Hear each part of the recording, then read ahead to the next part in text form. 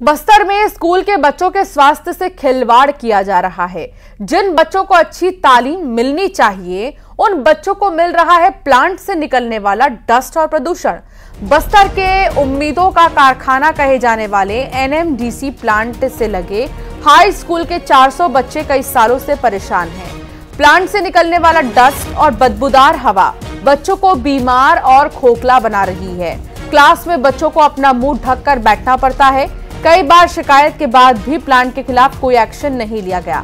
जगदलपुर विधायक और बीजेपी के प्रदेश अध्यक्ष किरण सिंह देव ने मामले को गंभीरता से लिया और उन्होंने कहा कि बच्चों के स्वास्थ्य के साथ खिलवाड़ बर्दाश्त नहीं किया जाएगा। सांस लेने में प्रॉब्लम होता है बदबू के वजह से, और पढ़ाई में भी दिक्कत होती है आवाज़ की वजह से। सिर दर्द भी करता है जी। कुछ लोग बीमार भी हुए हैं जी। अगर मैम लोग पढ़ाते तो बच्चे लोग का अच्छा सुनने नहीं देता है और सिर दर्द करता है। सिर दर्द से फिर पढ़ाई में प्रॉब्लम होता है, सांस लेने में भी प्रॉब्लम होता है। लगातार डस्ट जो है प्रदूषण के रूप में फैल रहा है और जैसा काला पानी का तो समस्या चल ही रहा है। ये जो डस्ट में है ना कई प्रकार का मतलब एक चमकीला धातु है, वो किसी का हाथ में मतलब कहीं पर भी घुस रहा है ना और फिर बहुत बड़ा मतलब फाइजन हो रहा है उस। निश्चित रूप से एनएमडीसी प्रबंधन और डिस्ट्रिक्ट एडमिनिस्ट्रेशन से और बात करके इसमें कोई कारगर उपाय निश्चित रूप से बनाएंगे।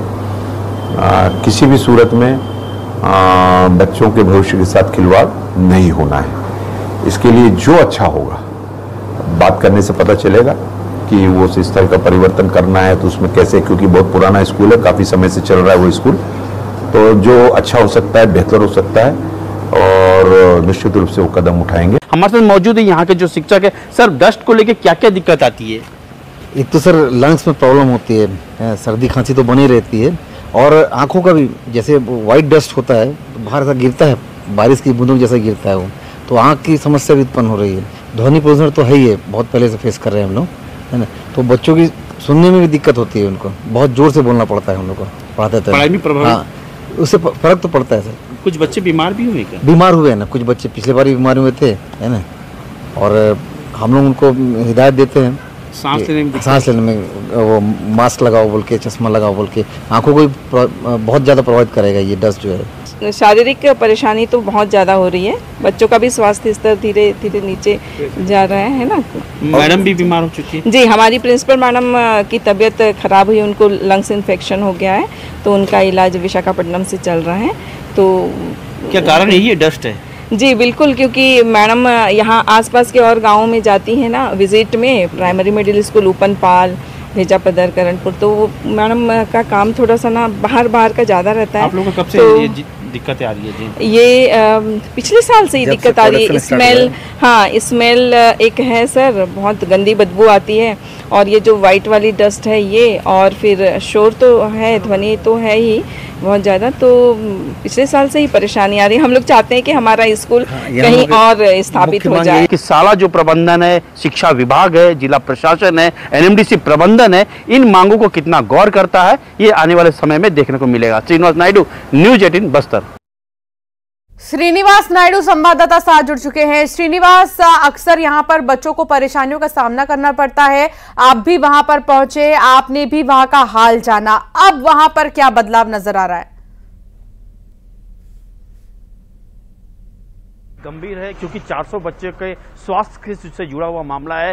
एनएमडीसी जो प्लांट है इसका प्रोडक्शन शुरू हो गया और एनएमडीसी प्लांट के नजदीक ही एक हाई स्कूल जो स्कूल संचालित है, 9वीं से 12वीं की कक्षाएं लगती है, और जो बच्चे आते हैं सुबह 11 बजे, वो उसके बाद शाम को जब जाते हैं तो पूरे शरीर में डस्ट रहता है, उनके आंखों में जलन होती है, उनको सांस लेने में दिक्कत होती है। इस मामले को लेकर कई बार वहाँ के जो शिक्षक है, बच्चे हैं, वहाँ के जो जनप्रतिनिधि इलाके के, इन्होंने कई बार शिक्षा विभाग तक बात पहुंचाई, लेकिन इस मामले में अभी तक कोई पहल नहीं की गई, क्योंकि एनएमडीसी प्रबंधन इस मामले को लेकर गंभीर दिख नहीं रहा है। अब ये देखना होगा जब ये न्यूज 18 के माध्यम से क्षेत्रीय विधायक है, जो जगदलपुर विधायक है, प्रदेश अध्यक्ष किरण देव तक बात पहुंची है, अब मामले में कितना गंभीरता लाया जाएगा और जो स्कूल जो संचालित है या उस स्कूल को कहीं और शिफ्ट किया जाएगा या फिर जो प्लांट पर कार्रवाई की जाएगी, अब ये देखने वाली बात है। क्योंकि यहाँ के बच्चे बीते साल से प्रभावित हो रहे हैं और लगातार उनको जो गले में दिक्कत आ रही है, सांस लेने में तकलीफ हो रही है, मुंह में कपड़ा बांध करके परीक्षा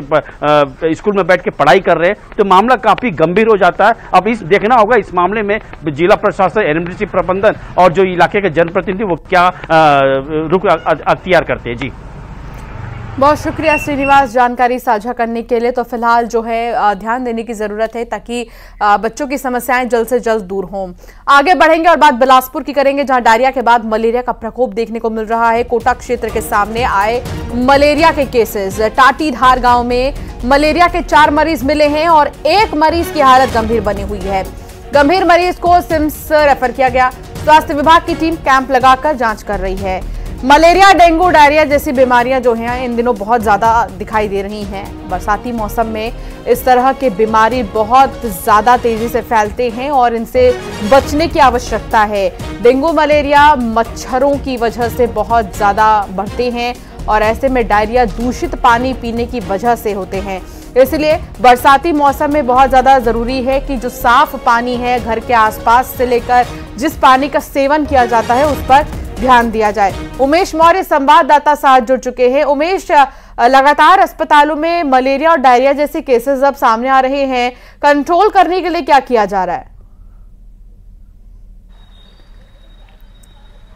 देखिए, अभी बिलासपुर जिले में बीते 15-20 दिनों से डायरिया का प्रकोप देखा ही जा रहा था कि इस बीच मलेरिया के जो मरीज हैं वो मिलने शुरू हो गए और ये मरीज वहां से मिल रहे हैं जो पिछले वर्ष भी इस कोटा क्षेत्र के टाटीधार से मिले थे। एक बार फिर से 4 मरीज मिले हैं, एक गंभीर हालत में सिम्स में एडमिट है, वहीं डायरिया के लगातार मरीज मिल रहे हैं। तो कुल मिलाकर देखा जाए तो जिले में जो स्वास्थ्य व्यवस्था है वो पूरी तरीके से चरमराई हुई है।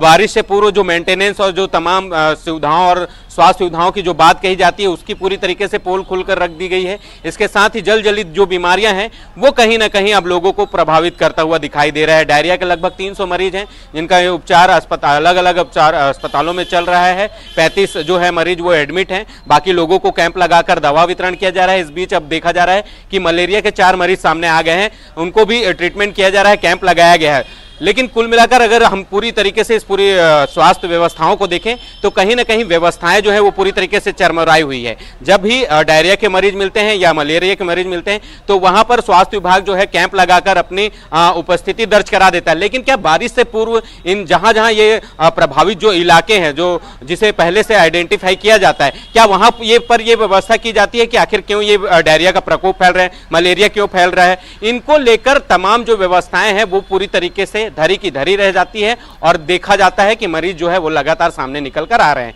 फिलहाल देखना यह होगा कि स्वास्थ्य विभाग वहां पर कैंप लगाया, क्या कुछ वहां पर व्यवस्थाएं करता है और जो मरीज लगातार सामने आ रहे हैं उनको किस तरीके से उनका ट्रीटमेंट करके उन्हें व्यवस्थित ढंग से वापस घर तक भेजता है। लेकिन कुल मिलाकर अगर हम कहें तो डायरिया और मलेरिया के जो पीड़ित मरीज हैं वो लगातार बिलासपुर में देखे जा रहे हैं। जी बहुत शुक्रिया जानकारी साझा करने के लिए उमेश। पेंड्रा में बेटे ने मां की हत्या